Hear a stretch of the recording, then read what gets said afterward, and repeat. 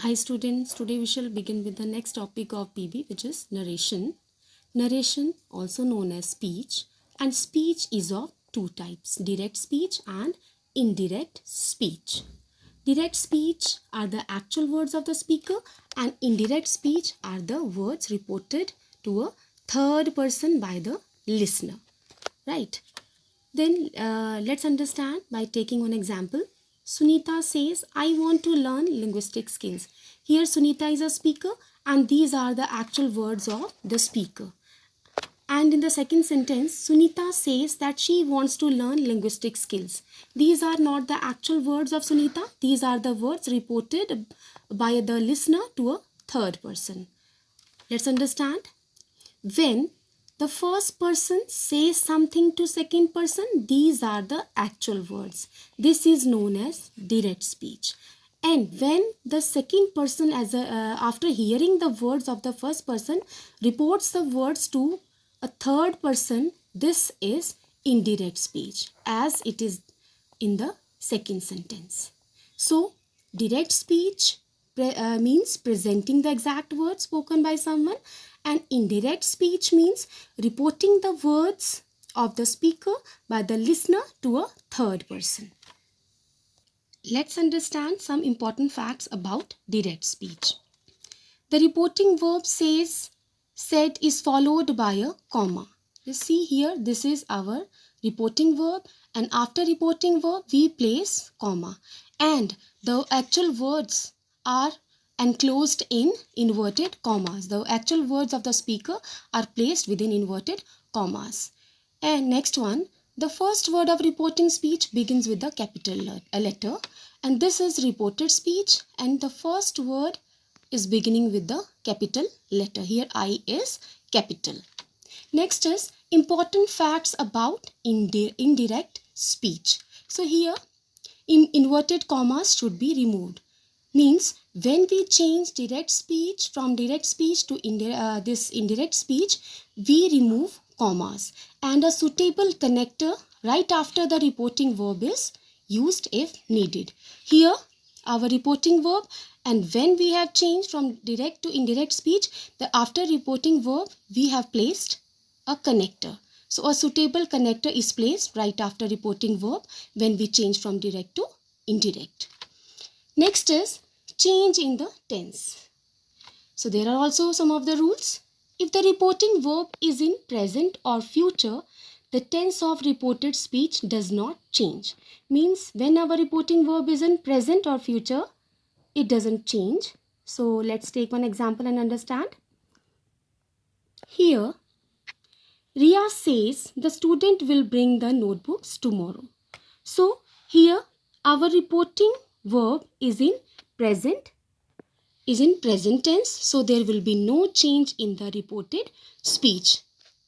So here as it is, but only we will place a connector and a time expression word will change. For example, here tomorrow is a time expression word and this gets changed into next day.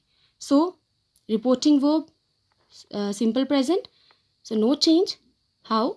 Ria says that the students will bring the notebooks the next day. Only change in time expression and use of linker. And next, if our reporting verb is in future tense. So this is reporting verb in future. Again no change. Only will change in the time expression word. So here Rita will say, and use of connector, that the students will bring the notebooks the next day. Next rule is, if the reporting verb is in past tense, the tense of the verb in the reported speech changes into corresponding past tense. So here again we'll be taking one example so that I can make you understand how the reported speech changes when the reporting verb is in past tense. Here Rita said the students will bring the notebooks tomorrow. So see, here our reporting verb is in past tense, right? And when it is in past tense, the tense changes to the next corresponding tense. How? Rita said. Then after reporting verb, connector connector that is used. Then Rita said that the students would bring the notebooks the next day. So will changes into would. Means will is when will we don't change when it is in present or future, but when it is past tense, when our reporting verb is in past tense, we change into next. So will change it into would. And the again time expression, tomorrow to next day. Next, again this is also in past tense, but here there is change in reporting verb. Here our reporting verb is said, and in the next sentence reporting verb is said to. Said remains said. When we change the sentence from direct speech to indirect speech, the reporting verb said remains said, but when it is said to, here as it is, when it is said to, it changes into told. And tense also changes. You see, Rita told Rima that the students would bring the notebooks the next day. There are number of rules to change the speech from direct to indirect speech. I'll show you one chart. See this chart. How do we change direct speech to indirect speech? By changing in tense, changing in personal pronoun, and changing words of time and place, words referring to time and place.